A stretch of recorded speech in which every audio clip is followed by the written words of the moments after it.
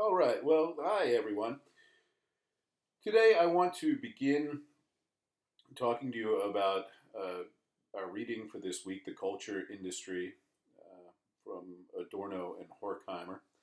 And I want to begin by acknowledging that this is a really difficult piece. This is a canonical piece in media theory. It's one that everybody reads, uh, that is a communication scholar, and it's very widely known in the field, oftentimes cited, and is very, very difficult to read, I suggest.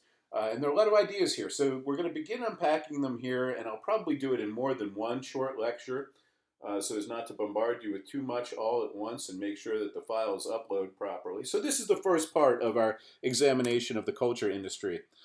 So we'll begin by talking a little bit about Adorno and Horkheimer. This is them, Adorno and Horkheimer, and a little bit about the context. So Adorno and Horkheimer were Frankfurt School thinkers. So they were part of an intellectual movement that developed in Germany during the 1930s. Whoops.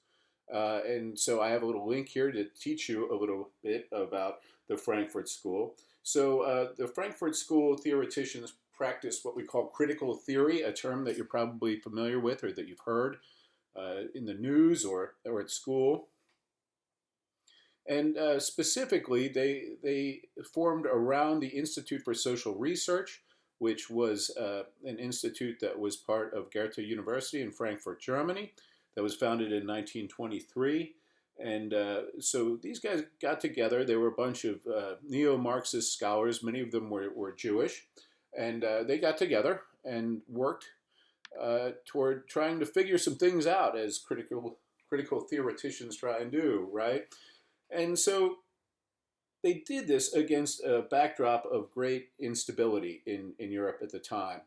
Uh, the 1920s in Germany was the period of the Weimar Republic, which was a time of great political and economic instability in Germany as a result of the Treaty of Versailles and the fallout from World War I.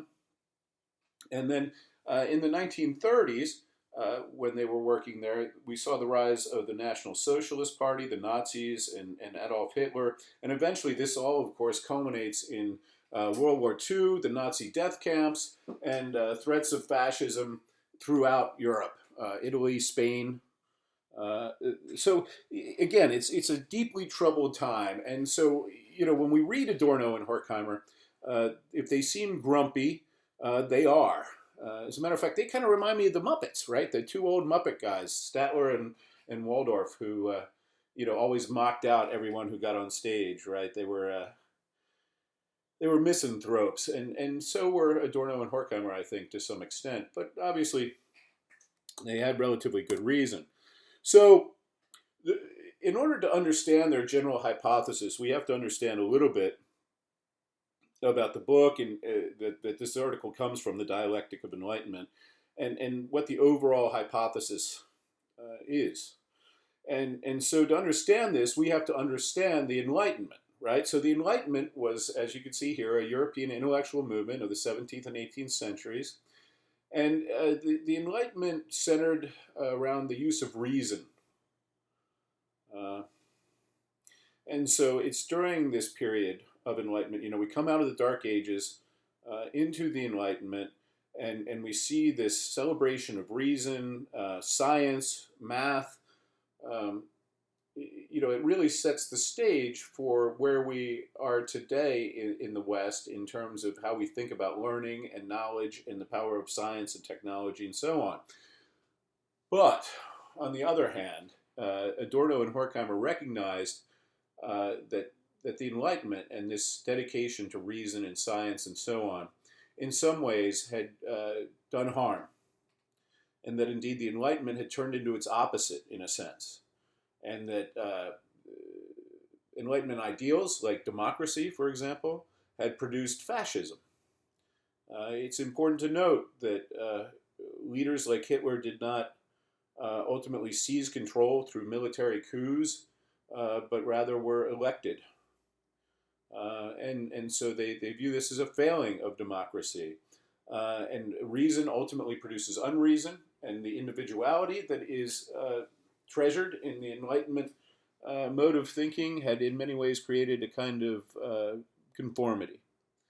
And so this is perhaps hard to reconcile today from where you're at to look at this and say, well, how can reason lead to unreason? Well, the answer to this would be that in some sense, what Adorno and Horkheimer were struggling with were things like the Nazi death camps. And the question becomes like, how can you have a place as terrible as Auschwitz, right? A place where hundreds of thousands of people were systematically killed. And they were killed in such a way that it was like a factory. And that's where this scientific ideal, this Enlightenment ideal sort of goes wrong, right? You couldn't have the Nazi death camps, rather. You couldn't have Auschwitz without Henry Ford's assembly line. They run according to the same logic. They are factories. One is an automobile factory and one is a death factory, but they're both factories. Moreover, many of the technological strides that were made during this period of time led to better and better weapons and the ability for us to wage war and destroy each other more effectively. Again, without the Enlightenment, perhaps we don't have flamethrowers. Maybe we don't have nuclear weapons, right? So they're trying to figure out, in a sense, how man's inhumanity to man works, and how it figures into this Enlightenment ideal.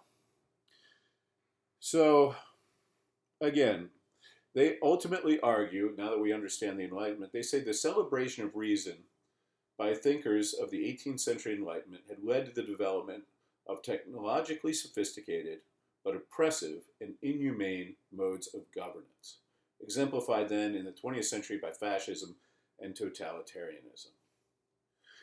And, again, arguably, they have a point, right? They have a point that this dedication to scientific ideals and pure reason ignores humanity in a way that can lead to horrific kinds of human tragedy. So that's kind of where they're coming from, right?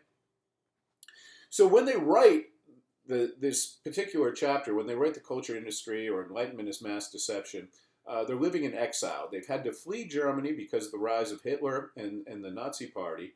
And so they're writing in California, of all places, during the 1930s and 40s. And a lot of things are happening in the U.S. during this period of time as well. We see the rise of consumer society. It's during this period where Americans are embracing more and more this notion of defining oneself through consumerism, through what you buy, through what kind of car you drive, and what kind of home you live in, and so on. At the same time, they're also experiencing the proliferation of mass communication. So they see how, for example, commercial broadcasting in the form of radio and later television have a tremendous impact and reach into culture and society.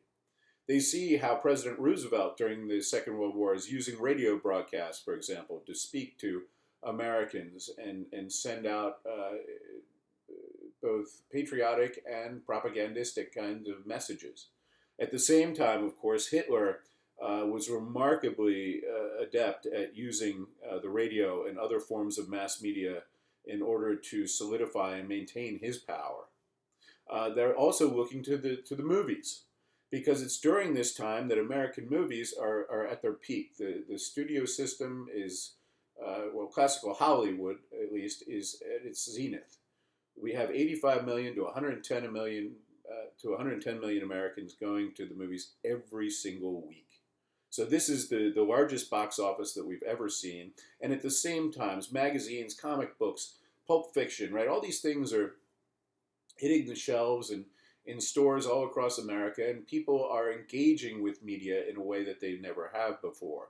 On top of this, while they're living in California, Adorno and Horkheimer have friends that work in the film industry, and they have other colleagues that left the Frankfurt School and left Germany, and now work in Washington, D.C. in the Office of War Information, which is during the period of the war, this was the U.S. Center for the Creation of Propaganda. Um, we oftentimes think of the enemy as releasing propaganda, but of course we do too. And so they're watching all this, and they're watching how these messages that are sent out, through broadcasting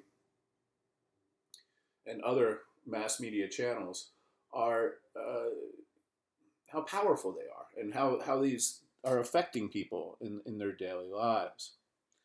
So it's against this backdrop that they look at the way that this art, that this content is being created. And they look at it and they decide to talk about it, the creation of this, as the culture industries. And they do this for a very specific reason. According to Douglas Kellner, who's another intellectual who studies this kind of thing, right? He says they specifically adopted the term culture industry instead of other terms like popular culture or mass culture because they wanted to resist notions that the products of the culture industry, the movies, the magazines, the radio programs, right? They wanted to resist the notion that these things emanated from the people, right? What they're saying is that these things that make up popular culture are not created by the populace, right? They're imposed on people from above, and that indeed they function as kind of instruments of indoctrination and social control. So again, the idea here is not that it's the people who are creating popular culture. Rather, it's an industry that is tied deeply and inevitably to capitalism, is turning out products and saying, here you go. There's a limited number of products, of course, that people can embrace and look to for entertainment. And so as a result, they're sort of forced to accept what's being imposed on them from above. Now, this kind of analysis, this kind of critical thinking, is Marxist in its bent. Marx famously said that the ideas of the ruling class in any society are the ruling ideas.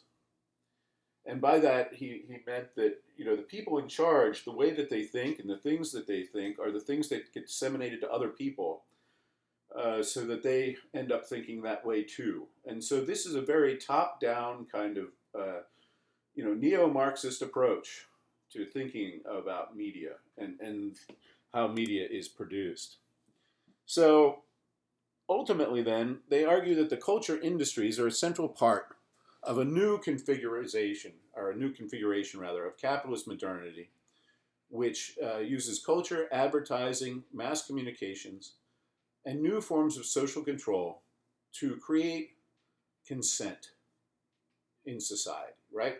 So one of the things that Marxist scholars are interested in is how do the people in power stay in power? How does the system maintain itself and reproduce, right? Because if you're going to have any kind of long-lasting ruling class, let's say, clearly people die. And so then the question becomes, how does this ruling class stay in power over a period of time? How do they gain power? How do they keep that power over time? And their answer is, in some sense, that this power is perpetuated through these forms of social control, specifically artworks. And when I say artworks, I don't mean oil paintings, right? I mean things like radio programs, TV programs, films. And that through these things, the ruling class gets the lower classes to consent to and reproduce the new forms of capitalist society. So they get people to keep it going, right? So this is an argument then about power in a very real sense. And Marxist critiques are often about this kind of power. Now, in a sense, we need to think that Adorno and Horkheimer were neo-Marxists, because more traditional Marxists maintained, and Marx himself maintained, that capitalist society eventually will radicalize the working class. There will be a revolution, right? I mean, Marx said that eventually people are going to wise up to the fact that the workers are going to wise up to the fact that they're being exploited by the capitalists, and there's going to be a revolution. Now, the problem, of course, with that is that it hasn't come. And so subsequent Marxist theorists then have been faced with answering this question. Well, if Marx was right, then why hasn't this come? Why hasn't the revolution come? And so Adorno and Horkheimer here are suggesting that the culture industries, the film companies, the radio networks, and so on, inhibit the development of class consciousness. They keep the working class from realizing, to an extent, the way that they're being manipulated and the way that they're being screwed over, for lack of a better term. And they do this through their product. The culture industry does this through their product, which is a form of social control. It's an instrument of social control. So you can ask me, right, like, Eric, how does this work? And I have some ideas, right? I mean, you don't have to look too far into popular culture to see examples of media and messages that are being turned out that maintain and perpetuate the status quo. Right? Keep things the way they are. The people in power are the people in power. The working class is the working class. Things shouldn't change. Right? That keep you content where you're at with the way things are. So, I mean, we can look at these images. So, for example, why in the world does the U.S. Army have a NASCAR? Right? Like, what does racing possibly have to do with being in the Army? Let's take it even a step further. Like, why do we have jets zooming overhead at NASCAR races? Well, the answer is that it's very clearly a form of trying to maintain the status quo. To get people, how do you get people to sign up for the military? How do you get people to go halfway around the world to fight in wars that may or may not be in their best interest? Well, you incorporate this military into their leisure, into their everyday lives in such a way that it looks both powerful and appealing. And I'm not here, by the way, to tell you that the military is a bad organization or anything like that. I'm just trying to indicate for you and show you how this works, right? Another example of maintaining the status quo and how we should think about our lives in capitalism. The shows say yes for the dress, or to the dress rather, where we have these young women who are engaged in this kind of orgy of capitalistic fervor, right? Where they go out and they buy these dresses that cost $20,000 and $30,000 for an event that lasts one day. And that in theory, and again, I'm no feminist scholar, but supports in theory a patriarchal system of oppression of women and so on. I mean, it very much encourages a certain traditionalist mindset about how you're supposed to live, about how you're supposed to spend money to mark events in a logical progression of things that's inevitable and right and should be maintained, right? Another example, when I was a kid, One Adam 12 was one of my favorite television shows, and it was, of course, about police officers. And growing up watching One Adam 12, I wanted to be a policeman. I thought it was super cool to be a cop, and I wanted to be like these guys, right? And why do we do that? Like, why is that popular? I mean, to some extent, clearly, this paints the police as a benevolent force that help people, and that they should be respected, and that they're an important and valuable part of society, and so on, which many of you might disagree with today, and this idea has come under a lot of scrutiny recently, right? But nevertheless, these kinds of shows perpetuate an idea, right, that maintains the sociological structure, for right or wrong. And then, of course, you have, well, he's dead now, but you had people like Rush Limbaugh, Sean Hannity, and so on, these these political pundits who were out expressing conservative views that by their nature, conservative views want to maintain the status quo. That's why they're conservative. They don't want change, right? And again, I'm not bad mouthing conservatives, but this is their mission, is to try and keep things the way that they are, to conserve them, right? And then there are also other messages that are being disseminated. The Cosby Show, which famously was the focus of a book called Enlightened Racism, which is a really great book by Lewis and Jolly, that explores Bill Cosby's character of Cliff Huxtable in this show, and talks about the fact that he is, what does it mean that our idealized family, the husband is a doctor and the wife is a lawyer, and they live in this fancy brownstone with all these luxuries and all this wealth, right? And that they're together as a family unit. They're not divorced. It's not a blended family. All these things represent, to a certain extent, a celebration of capitalism and, again, the maintaining of the status quo. And then what struck me, when I turned 40 years old, the movie This Is 40 came out with Paul Rudd. Some of you may have seen it. But this character that Paul Rudd plays in the film is supposed to be quitting his job as a record industry executive, and the family's kind of hard up for money, and this and that is going on. But even though he's hard up for money and all this, he drives this fancy 5 Series BMW and lives in a $1.5 million house in Southern California. And of course, the idea that if this is 40, then where's my $1.5 million house, right? It sets... these kinds of images set standards that are perhaps viewed by people as aspirational. And so instead of trying to live a different way, we work harder to achieve these things, right? We engage more actively with the capitalist system in order to attain these luxuries, right? The $30,000 dress, the $1.5 million car, and so on.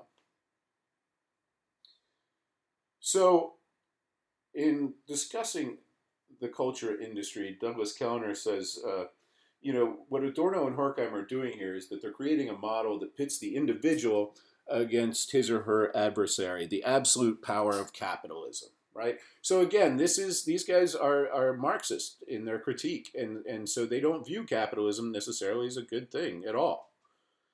And so they're looking at society during this period of time. And a lot of people said, "Oh, this is chaotic. It's crazy. It's nuts. Everything's, everyone's so different and so on." But Adorno and Horkheimer said, "Wait, not so fast, right? The society we have isn't chaotic. Rather, it's homogenous. It's all the same." And they're saying it's a system. It's all part of a system. And once you understand the system, you see how it's all the same, right? The system is uniform and whole in every part. So mass culture, this idea of popular culture, mass culture, bears out the absolute power of capitalism, an order that preaches individualism rather, and yet one in which all the living units crystallize into well-organized complexes. So what does that mean? What that means is that you're allowed to think of yourself as an individual, that capitalism preaches individuality to people, but at the same time, you're all part of this capitalist system, right? Even while they're telling you how different you are, you're really the same. Which is something that I think about a lot, right? I mean, I think about how people try and be different, but in trying to be different, they act the same as everyone else who's trying to be different, right? There is this kind of conformity to the human race that we can't escape to a certain extent. And they go on to say businessmen don't even need to mask their intentions, right? Businessmen, they make it clear about what they're doing, that they're capitalists, that they're hustlers, they're out to make a buck, right? And movies and radio, things that might have been considered art at one time, right? Movie and radio producers and so on, they don't even pretend it's art anymore. They present themselves as a business and call themselves industries. I mean, heck, Right next to my office at Park Place, we have the CMII building, which is the Creative Media Industries Institute, right? It's an industry. It's a capitalist industry. Now, what I should point out here to counter this idea that it's bad that it's a capitalist industry is that art has always had its patrons. Artists have to eat too, and so in the past, these patrons have been organizations like the church, for example. The Catholic Church sponsored almost all the great art that appeared in Western culture for 1,000 years. And of course, as a result, there wasn't a hell of a lot of variety in the art they commissioned, right? So that's sort of if I'm going to play devil's advocate to Adorno and Horkheimer, that's how I might do it. So then they go on and they say the technology of the culture industry, its standardization and mass production does not serve the human order, but rather serves and sustains itself, supporting its constant growth. Now, I should point out that capitalism does require constant growth to some extent or another. If you've studied the stock market, if you understand how markets work, then you understand that a company can't just make a bunch of money. They have to figure out how to make more money every quarter. And if they don't, then the value of their stock goes down. It's not sufficient to make a bunch of money and just keep making that same bunch of money. You always have to make more. And there is then to capitalism a kind of ravenous hunger where it consumes the society around it. I think, for example, of women in the workplace. When I was a kid, growing up in the 1970s and the 1980s, women were just entering the workforce in positions other than teacher or nurse, right? The traditional, or secretary, the traditional roles for women. And they were becoming professional women. And this, of course, went hand in hand with the feminist movement. But I've oftentimes wondered, as this happened, was this the inevitable result of women's fight for equality? Or was it the inevitable result of capitalism, which requires more workers and more productivity, right? I'm not sure. I'm not sure about the answer to that even to this day. So I might have skipped a page here. No, okay, so I didn't. So one of the things that we see in terms of this standardization is the standardization also of difference, which is a weird thing, right? So the culture industry, these people who make things, are bound to the interests of capital, right? Capitalism. Studios, the movie studios rely on banks. You can't make a movie without financing. And mass culture may seem to offer a wide array of goods, but the choices depend more on classifying, organizing, and labeling consumers rather than on the subject matter. And they go on to say something that I think is really a profound statement. Something is provided for all so that none may escape. The distinctions are emphasized and extended. So what does this mean? It's a complicated sentence. Well, let's unpack it here, right? Mass culture may seem to offer a wide array of goods. Now let's look at this. Let's look at these advertisements that I pulled off the internet down here. So these are all different forms of alcoholic beverages, right? So it appears as if, hey, look at all these different kinds of alcoholic beverages that are available. Oh, the beauty of capitalism. It's given us choice, right? All these choices. So, Miller Lite, Molson, Heineken, whatever Snoop Dogg's hawking here, right? Snoop Dogg's Blast. I mean, there are all these different things. But the truth is, to a large extent, these are all the same thing, right? I mean, they're all beer. Malt liquor, beer, what have you, right? So is there really a lot of variety in this product, or is it more about classifying, organizing, and labeling consumers? Look at these advertisements. right? I mean, they're obviously geared towards particular consumers, right? What's happening here is that they're offering the same kinds of products, but they're just marketing it to different people. So, are you a lady who likes, handsome Swedish looking dudes with puppies? Well, sure. Why the hell not, right? Well, then drink some Molson. Are you a good old boy who likes getting out on the boat early in the morning, and bass fishing? Well, right on. Then drink some Bush Light, right? Uh, are you of Hispanic descent? Are you Mexican? Do you like your women hot and your beer cold, as this advertisement suggests? Okay, well then we've got that. Are you a sophisticated guy like James Bond? Okay, then we got Heineken. Are you African American and do you enjoy malt liquor? Okay, well we have that here too, right? I mean these are cliches in a way, but it's not the consumer who's creating these cliches, right? I mean, hell, they even have beer for healthy people, which is crazy, right? I mean, all these things are ludicrous to some extent or another. But it shows you how, again, what's happening here is you're being offered essentially the same product, but it's being marketed to you in different ways that are based on your classification, how they organize you, and how they label you. I mean, we talk about this all the time when we talk about things like demographics, right? The 19 to 25 age group, right?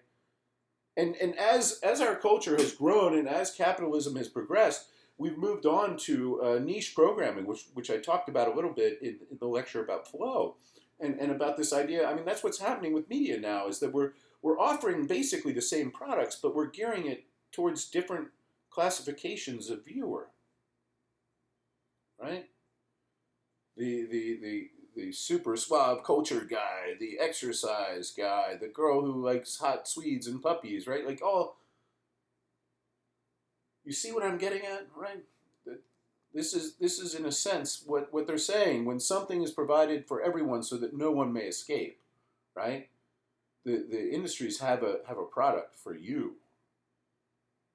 Now it's the same product they're serving another guy, but this one's for you because you are a workout drunk, right? Or whatever it is that you are. So then they go on and they talk about radio, which of course is a major medium at this time. And they say, listen, radio only offers you kind of a pseudo choice. You're free to listen to programs that are really kind of the same. So at this time, there are the radio serials and a fair degree of musical programming, but it's all kind of the same, right? And there's no mechanism of response. You can't really respond to it. If you don't like what's on the radio, how do you respond to it? Well, you can't. You can turn it off, but that's about it, right? So spontaneity and alternative possibility become monitored by talent scouts, ever eager to make certain no important voice remains outside the industry. So what they're saying here is that if there is a real talent, an original talent out there that hasn't been discovered yet, they're looking for it. And once they find it, they bring that talent into the system. They co-opt that talent. And they bring them in and then make them part of the system that already exists. And they look forward then, not look forward as in they're happy about, but they look into the future and they say, with television coming, what's going to happen is the thinly veiled identity of all industrial culture products can come out into the open. That it's a parodic, it's a parody of the Wagnerian Gesamtkunstwerk, right? The idea that all the arts can be combined into one, and that this will become the absolute triumph of invested capital. That TV will be the sort of the ultimate form of social control. And then they go on to say, real life is becoming indistinguishable from the movies. The sound film, far surpassing the theater of illusion, leaves no room for imagination or reflection on the part of the audience. So you have to remember that they're watching sound film only, 20 years after the first talkie? And they're watching its popularity and how they're watching more than half of the U.S. population go to the movies at least once a week. And when you think about film, one of the arguments about film and about television is that it doesn't leave a whole lot to the imagination, right? That when you read a book, you're doing most of the work in your mind. You're envisioning the scenes. You're playing it out in your head. But with TV, with movies, it's all up there. You don't have to even imagine anything, right? I mean, this is where the idea that TV, they're biased. They're biased against something like TV because when TV came out, people said, oh, it's a lazy man's thing. It's the idiot box, right? And so they're sort of feeding off this kind of idea that it's for lazy people, that it's art for people who don't want to think, right? And so the audience can't even respond to the film. They can't really deviate from what's up on the screen. They can't think outside of it without losing track of what's going on. And as a result, the film forces its victim to equate it directly with reality. And this is interesting, right? This idea that somehow we could equate films to reality is interesting to me, and it's something that I do think that we do, right? So in the book I mentioned earlier, the Lewis and Jolley book about called Enlightened Racism, which was about the Cosby Show, they sat down and interviewed audiences that had watched episodes of the Cosby Show, which was the #1 show in America in the 1980s. And they talked to them about what they thought about the characters and the show itself. And one of the interesting things that they discovered was that people thought that, for example, one woman I remember said that she thought the character of Claire Huxtable, the mother on the show, who was an attorney, seemed like a better example of a female attorney than her real-life friend, who was a female attorney. So you see, in a way, for her, Claire Huxtable was more real than her friend, right? They would do things like confuse the names of the characters with the names of the actors. And this was because, in a sense, the program was real to them in a way. Now, of course, they knew that it was make-believe, but the point is that on some kind of subliminal, subordinate level, we think about these things as if they're real stories, right? I mean, how can I compare myself to This Is 40 and say, where's my $1.5 million house? Unless I viewed it as real in some way, as some kind of real standard, right? So that's kind of interesting to think about. So they go on and they say, movies breed full-blown illusionism. And they offer us these spectacles that we mistake for reality. And so this dream factory, which Hollywood is oftentimes referred to, they give us these dreams, but they're ideologically determined dreams, right? They give us dreams that are put forth by the ruling class. And then we imagine that these dreams are our own, right? And because we have to be engaged with these films, particularly today in the time of intensified continuity, where movies go so fast, right? The cutting's fast, everything happens so quickly. We can't really sit there and sustain thought. We can't really sit there and think about what we're seeing when we're seeing it. It's only in retrospect that we could go back and look at these things. And so you can think about, for example, a story like The Dark Knight, right, with Christian Bale as Batman. And we see this, when you think about the Batman myth, the Batman dream, what it is, right? Then it becomes clear that this is an ideologically driven dream to some extent. I mean, who is Bruce Wayne? He's a billionaire capitalist, right? A white male billionaire capitalist who is the only one who can save Gotham City from Bane, right? Who here I have with Karl Marx's face pasted on there, right? But he's the only one who can keep the world safe, right? Well, why isn't he some working class, I don't know, working class lesbian girl from the Bronx, right?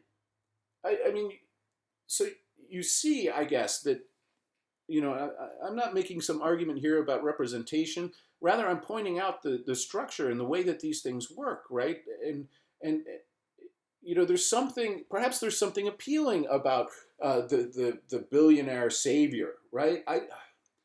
I don't know, but you got to say it's pretty good in terms of making rich white guys look good, right?